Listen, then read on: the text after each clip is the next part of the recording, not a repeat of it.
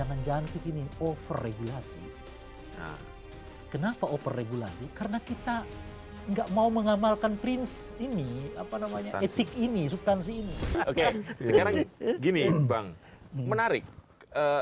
Apakah tidak menuju ke sesuatu yang berbahaya kalau demokrasi minimalis ini terus-menerus berjalan dan akhirnya demokrasi itu hanya menjadi slogan saja. Persis. Nanti akan diubah ke aturan yang mungkin sangat bertentangan dengan demokrasi, tetapi akan bilang, loh, saya kan sesuai aturan. Padahal Persis. aturannya udah Persis. dimanipulasi sedemikian rupa. Persis. Ini gimana, Bang? Inilah yang sangat mengkhawatirkan Nah, saya pribadi ya. Iya. Anda lihat, ya kalau mau pakai yang saintifik sedikit, hampir Iya. semua indikator mengatakan kita merosot loh. Ya. Di bidang demokrasi. Betul. Saya nggak bicara ekonomi karena Iya, itu iya. bukan keahlian saya. Oke. Anda berbicara soal kebebasan berpendapat, semua orang merasa Iya. makin menurun. Kan? Iya. Anda partisipasi semua orang, transparansi semua orang. Iya. Ya, proses rekrutmen Politik. rekrutmen ya entah menteri, entah Iya, jabatan pejabat. itu juga dilakukan secara Serampangan. termasuk di dalamnya unprofesional polisi, Iya. unprofesional TNI, Iya. menunjukkan itu semua. Nah, Gitu. Dan kita digerogoti oleh yang memang itu tadi teknis-teknis ini gitu, Iya. yang sebetulnya mengakibatkan prinsip-prinsip ini ya tergerus dengan sendirinya karena banyak sekali elemennya yang terjadi pemerosotan Iya. hanya didasarkan oleh soal ketentuan itu tadi Iya. dibolehkan. Dan setelah ketentuan itu diubah, mereka maknai baru lagi yang sesuai dengan selera mereka gitu loh. Nah. Nah, ini yang kita alami hari ini. Ya kan? Hampir merosot segala aspeknya. Yang paling terakhir ini kan soal misalnya Profesor Saiful Mujani yang lebih tepat sebetulnya disebut mempertanyakan. Ya. Kalau anggota DPR-nya model begini, Ya. ya kan, Ya. 82% Hmm. pro pemerintah, Hmm. ya kan, yang nggak diminta presiden pun mereka langsung ke depan kok berani membela pemerintahnya, Ya. bukan membela rakyatnya gitu. Ya. Sementara saat yang bersamaan kita lihat ada persoalan di pemerintahnya, Hmm. sudah hampir 50 kali bolak-balik ke luar negeri ya kan. Iya. 3 kali ke Prancis. Hasilnya kita belum tahu. Dolar makin naik terus nih. Ya kan kira-kira Hari gitu ini ya. naik lagi nih. Naik lagi gitu. Ini hampir 18.000. Ah, itu dia. Iya. Ternyata dolar naik terus, ini Iya. naik terus dan Iya. sebagainya. Kita nggak tahu hasilnya Iya. gitu. Lalu kepada siapa kita Hmm. mempersoalkannya? Gitu. Dituduh makar gara-gara itu. Ya. Padahal mestinya itu dihormati karena itu suara rakyat. Gitu. Ya. Kan mudah sekali mempergunakan hal yang sebetulnya secara demokratik. Mestinya dia nggak boleh lagi keluar yang sebut dengan makar kecuali karena 3 hal. Ya, seperti yang pernah terjadi di era tahun 58 kan PRRI. Ya. Apa itu? Pertama adalah mereka membentuk anggota kabinet sendiri. Ya. Apakah saya Jelas belum sih. membentuknya? Ya jelas enggak ya kan? Ya kan? Betul. Ya kan? Punya. Lalu mereka membentuk cabang-cabang alias daerah-daerah. Gitu. Dan pada tingkat tertentu mungkin mereka mempersenjatai diri sendiri. Iya. Nah kalau 3 ini terjadi, dia makar namanya tuh. Iya. Jadi makar tuh kan berat gitu loh. Nggak sekedar ucapan dengan mempertanyakan kalau DPR-nya begini nih, sementara kita merasa presidennya kok seperti nggak dikontrol, lalu apa yang kita bisa lakukan kan kira-kira gitu. Ya. Kan kemarin kejadian tuh Bung, Ketua Komisi 3 namanya Habibur Rahman kan, Nah. dari fraksi Gerindra. Entah angin dari mana, dia konferensi pers sendiri yang mengatakan bahwa hewan kurban yang 1098 itu tidak melanggar hukum dan syariat Islam gitu. Kayaknya perlu diingatkan kembali Komisi 3 itu tugasnya cuma 3 wewenangnya. Hukum, keamanan, apalagi satu lagi ya. Budget. Hukum, keamanan, dan Dalam negeri. Ya itulah. Ya, ya. Ini urusan soal halal haram. Jadi semua diambil alih nih, Bang. Dan nggak ada angin-anginnya gitu. Dia kan Komisi 3.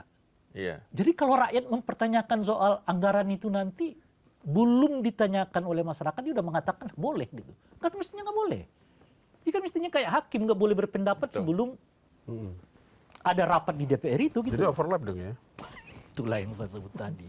Makanya pertanyaan Saiful Mujani itu sebetulnya relevan. Tapi kan dijawab oleh sana itu makar nih. Kan. Menghasut nih gitu loh kira-kira tuh. Artinya kalau dengan cara begini, cara bernegara kita udah jauh dong dari cita-cita reformasi. Betul. Nah, gimana cara memperbaiki wong semua lembaga Sulit, negaranya? Bung. Semua lembaga negara ternyata udah menganut demokrasi minimalis. Iya. Nah, Memang itu. agak sulit. Iya. Tapi saya punya harapan kepada Gen Z ini. Nah, gimana nih Bang? Pertama karena mereka dibentuk oleh kultur yang jauh lebih transparan, Oke. yang jauh lebih dialogis, yang jauh lebih go internasional lah. Iya. Meskipun secara fisik mereka di sini kan, Oke. kan kita bisa melalui media sosial ini bisa lihat Ya. apa aja yang terjadi di seluruh dunia gitu. Jadi pemandangan kita bisa ke seluruh dunia meskipun pengalaman kita tetap berada di dalam negeri gitu. Iya. Nah dengan model kultur yang seperti ini saya berharap mereka mengerti betul apa yang disebut dengan kultur demokrasi itu, yang mengedepankan satu dialog ya kan, Iya. kedua adalah partisipasi gitu ya, yang ketiga transparansi gitu, yang keempat adalah rasionalitas itu. Nah jadi saya kira keempat itu sedikit banyak terbangun di lingkaran mereka sendiri. Tapi tentu saja itu tidak serta-merta. Sebab kalau kita lihat misalnya anak-anak muda kita yang sekarang masuk ke politik, Ya. itu istilah saya mereka ditaklukkan politik, bukan melakukan politik. Iya. Karena itu ada anak muda yang menyebut, viral kan di media sosial tuh, jangankan benarnya, salahnya pun kita bela kalau itu abang anda kita. Iya. Ada. Padahal masih muda tuh. Tapi kalau dari karakter gerakan ya, kalau 98 itu kan jelas ya. Ada massa, ada mahasiswa, ada tuntutan, ada apa ya? Ada kelihatan kekuatan fisiknya gitu, menduduki tempat tertentu. Kalau di sekarang memang mungkin kritisnya sama ya. Orang tadi Abang sebut Gen Z itu kritis. Karena bisa membandingkan dalam satu waktu terhadap kondisi di negara lain. Katakan kalau rupiah kita melemah, se-ASEAN aja mereka udah paham gitu. Ya. Itu karena apa mereka udah paham. Mau dijawab apa mereka bisa bantah karena dengan data. Tetapi mereka ini kan gerakan yang tidak terbentuk ya Bang ya. Gimana Bang caranya biar lebih kuat? Hebat, emang hebat. Anda ini hebat menganalisisnya gitu ya. Persis itu yang Iya. memang agak beda menurut saya Iya. antara situasi ya di era kita lah Iya. dengan di era sekarang Iya, ini. betul. Kalau dulu kita butuh waktu untuk meyakinkan orang Nah, yes. berbulan-bulan. Iya. Nah, misalnya bagaimana saya bisa menghimpun 3.000-an mahasiswa mau gitu. Nah, sampai bawa dari Ciputat ya. Di Ciputat gitu. Iya.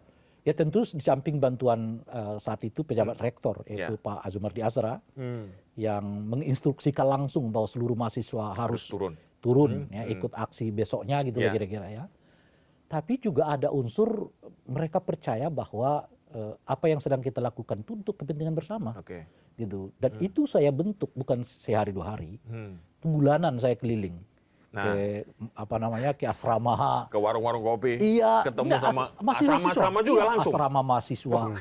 Apa itu HMI, PMII, Iya, semua IMM, ya, disamperin ya? bahkan organisasi daerah Oke. gitu dari Iya, iya, iya. Sumatera Utara, Mahasiswa dari Sumo. Minangkabau ya, Banten gitu. Semua disamperin ya? Semua.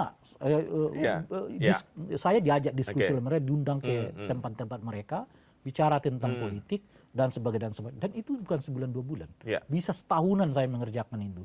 Termasuk keliling Jawa ya, keliling Iya. Sumatera kan saat itu kita rajin membentuk. Sehingga pada momentum di mana saya undang mereka untuk bertemu, saya masih ingat tuh pertemuannya di belakang kampus gitu. Kebetulan di situ ada semacam balai Iya. musola lah ya. Nah saya kumpulkan di situ, saya siapkan betul nih materi. Saya membuat tulisan Yeah. 2-3 halaman gitu. Yeah. Karena saya kira ini perdebatannya akan sangat panjang. Yang pada dasarnya tulisan saya itu menganalisis bahwa situasinya ini sudah mulai agak retak ya. Ini kesempatan bagi gerakan mahasiswa untuk mendorong terus perubahan-perubahan ini dan sebagainya itu. Oke. Bung, saya hanya baca setengah halaman. Setengah halamannya kemudian diinterupsi oleh yang lain. Oke. Langsung mereka mengatakan to the point aja deh Rai gitu. Langsung gitu. Iya, iya. Apa ini? Ya, nggak perlu dibaca, Iya. to the point aja. Mau ngomong apa kata Oke. dia. Ya, saya bilang kita udah harus siap kita menyambut perubahan ini dan mendorongnya. Ya sudah, teklap. Wih. Malam itu langsung teklap. Oke. Siapa yang megang apa, siapa yang megang apa, siapa kan. Kejadian ada udah. Karena nggak itu tadi mereka nggak perlu lama-lama Nah. to the point aja Rai kata mereka kan. Karena kita udah sisir itu dalam setahun ya, bahkan lebih dari setahun, Ya. 2 tahunan sudah kita sisir, kita ada dialog, berdebat, ya macam-macam, Ya. dan seterusnya itu. Dan paling utama itu, ya kan, menurut saya ya kita jaga amanahnya kan. Oke. Dan mungkin mereka melihat saya bukan titipan siapa-siapa, ya kan, saya nggak bekerja untuk siapapun, ya kan, ya kehidupan saya ya sampai sekarang ya begini-gini aja juga gitu loh kira-kira Ya. tuh, ya kan. Nah mungkin itu juga sebagai tambahan sehingga nggak perlu banyak perdebatan. Oke. Ya udah kau pimpin Rai, kami siap. Nah. Gitu loh kira-kira. Poinnya di sini tuh, berarti harus ada leadernya. Setuju. Nah Iya kan? ini yang membedakan era sekarang. Nah, Nah kalau sekarang seperti apa? Sekarang ini cair, nah itu. Karena makin pragmatis atau seperti apa? bukan media sosial. Oke. Oke. Gitu. Itu satu ya. Jadi media sosial ini membuat orang cepat paham, mengerti, Tapi- sadar, cepat digerakkan, tapi cepat Hilang. hidupnya. Ya, Cepat hilang juga. Iya, cepat hilang. Iya. Persis. Nah, itu faktor ininya ya, Iya. infrastrukturnya Iya. tuh. Tapi faktor sosiologisnya ada. Apa itu? Mulai nggak percaya pada kepemimpinan. Artinya sulit percaya pada individu siapapun itu. Anda bisa bayangkan kan? Atau udah makin skeptis orang. Iya di situ semua. Karena contoh-contoh dari taruh salah aktivis 98 yang ikonik tuh, Ya. di hadapan politik itu takluk. Maksudnya yang masuk-masuk di dalam nih ya. Ya, mereka masuk di dalam kalau keras menolak militerisme misalnya gitu loh. Iya, Bang. iya, iya, iya, Artinya Anda mau menaklukkan politik gitu loh kira-kira kan. Bukan ditaklukkan politik. Tapi kalau Anda masuk kekuasaan, tiba-tiba bahasamu kurang lebih sama dengan yang sekarang ini, malah ke depan tuh membela itu dengan berbeda Nah. sekali dengan apa yang Anda perjuangkan sebelumnya. Ya Anda ditaklukkan politik namanya. Oke. Dalam konteks kayak begitu tuh, Betul. saya orang apa-apaan. Makanya muncullah sekarang istilah dengan karena lo nggak dapat kekuasaan aja gitu. Ya. Pasti dibalikkan Jadi begitu. sebetulnya kalimat itu menunjukkan kurangnya trust orang sekarang kepada orang lain.